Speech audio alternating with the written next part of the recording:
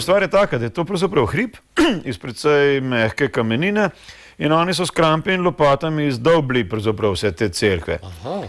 In so prav, no tole, zdaj smo v eni od takih cerkv. Viš, te stene, ki jih vidimo, to je pravzaprav živ kamen, ki so ga pač oblikovali, niti ne prav natančno, se vidi. To je hodnik, ali kako?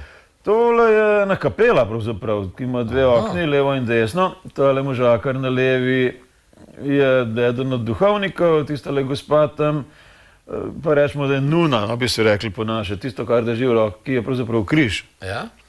Vsi moji prijatelji, vsakeč, ko gremo v Etiopijo, me ratijo, da jim prinesem čim več tistih križev, ker imajo take posebne etiopske križe, srebrne, na prav poseben način oblikovane. Kamele so, ja, tale je moral malo zadržati svojo kamelo, da je še prišel na posnetek, da vidiš, kaj se trudi. Takele karavane so kar precej pogosto zadeva, poleg tistih krav, ki smo jih prej omenili. Krave so pa sploh bogatstvo za vsakega posameznika. Pa poleg tega tudi kradejo tiste krave drug drugemu, oziroma kradejo vse, kar se pač da. Tudi žene, recimo, tiste je bilo še posebej taka pogosta stvar v Etiopiji. Koliko stane kamila? Pa karkoli se zdi nam se zmišljam. Mislim, da kar ne pocen, kot to, kad bi recimo pri nas stala ena taka žival. Tudi krave so izredno drage, nekatere so par tisoč evrov. Zato so pa sploh ne vem, kje jemljajo denar, ker revščina je tam neprimerljiva znaša.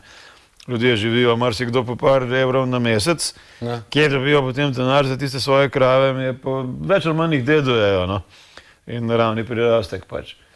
Nekateri so pa seveda tudi bogati. No, bolj, ko greš proti jugu, bolj je takale značilna afriška arhitektura, rečemo temu.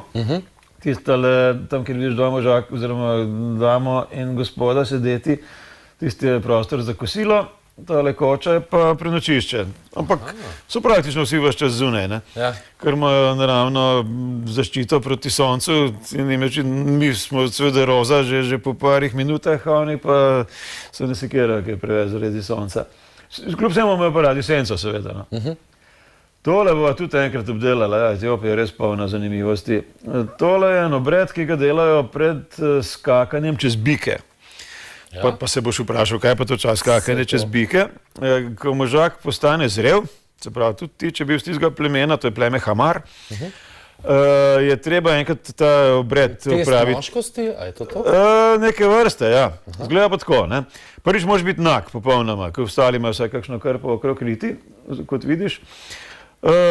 Tist mora biti pa nag, pa neostrižen, ne vem koliko časa pred tem, nekar se potem možakari spravijo tiste svoje bike, spravljati v vrsto. Ni enostavno, namreč vsakega bika treba zagrabiti za roge, pa za rep in potem jih vlečejo levo, desno, biki so pa močni, tako da je enega tuljenja in skakanja veliko, imam posneto. In vse zadnje jih spravijo v vrsto in potem, ko jih je vsaj enih 10-12 v vrsti, tik eden zraven drugega, potem ta goli junak laufa do prvega, ki je ponovadi najmanjši, tako da mu lahko stopi direktno na hrbet, potem pa laufa čez vse tiste bike in to trikrat sem in tja. Čez bike pa skoč dol, pa spet čez bike pa skoč dol in potem, ko to opravi, je tisti svoj test opravil. Predtem so pa tiste ženske, ki smo jih prejle videli, se dajo bičati. To je pa spet nekaj posebnega. In prav, to je malo daljša zgodba, bo enkrat drugič do konca povedal. Prav zahtevajo od moških, da jih bičajo z enimi takimi precej ostrimi šibami, ki so pravzaprav narezane palice, tako da imajo ostre robove. In to vsakič, ko udari, kar zacvete hrbet in se vlije kri, tako da je kar pestra zadeva. Ja, super. No, ampak mi gremo zdajle k plemenu Mago, to je pa že tam na jugu. Namreč tam je ena reka, ki se imenuje Omo. In tista reka Omo se zliva v jezero Turkana, to se bi verjetno že kdaj slišal, ali pa tudi če ne. Skratka, eno od večjih afriških jezer, ki je značilno po tem, da je skoraj neužitno. Namreč noter plavajo predčudne ribe, ki so take, kot da so iz prazgodovine. Če pa poskusiš vodo, je pa alkalna, kot da bi žajfencev po domače povedano pil. Ampak kljub temu živijo noter tiste ribe. Slaba stran tega jezera je pa to, da če piješ čisto vodo, potem se ti kosti zmehčajo in potem imajo krive noge in nobena kost ni več tako, kot bi morala biti. Pa so jim potem montirali en cel tank, pa jim da so nekaj časa celo privažali normalno vodo ampak tisto je nekaj stalo in so potem kar lepo nadaljevali in pijejo dalje tisto svoje jezero. In so očitno že navajeni tega, tako da ni kakšne hude pomoči. So pa tole lepotice, torej iz, kaj bi rekel, par sto takih vasi je tam dol. Plemen pa tudi kar lepo število. No. Najbolj znani plemeni sta Mursi in Hamar. Mursi so tisti, ki nosijo v ustnicah tiste diske, ki so se že zadnjič nekaj omenila. Hamari so pa tisti, ki med drugim skačejo čez bike. Ok. Zdaj me zanima, koliko sva zdaj procentualno obdelala Etiopijo? Veliko je še tega. Tudi jaz sam še nisem bil posod. Zelo me matra, recimo področje Danakil, kjer so nekateri od mojih prijateljev že bili. In pravi, da je fantastično. Tam je pa kot prvo predvsem narava znamenita. Zanimiva, neznamenita, žvepleni vrelci, razne kotanje in razdrapan, sporočina taka, da se raztopiš.